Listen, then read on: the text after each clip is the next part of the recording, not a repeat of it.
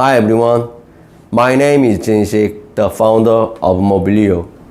We provide solutions to predict what's the problem on machine for smart factory and smart city. If one of your machine failed unexpectedly, how much lost production would you suffer? Occasionally someone died. Our clients are factory, Navy, Metro, and K-Water. They want to solve this problem. One question: how many robots and autonomous vehicles do you have at home? One, two, or nothing, it doesn't matter.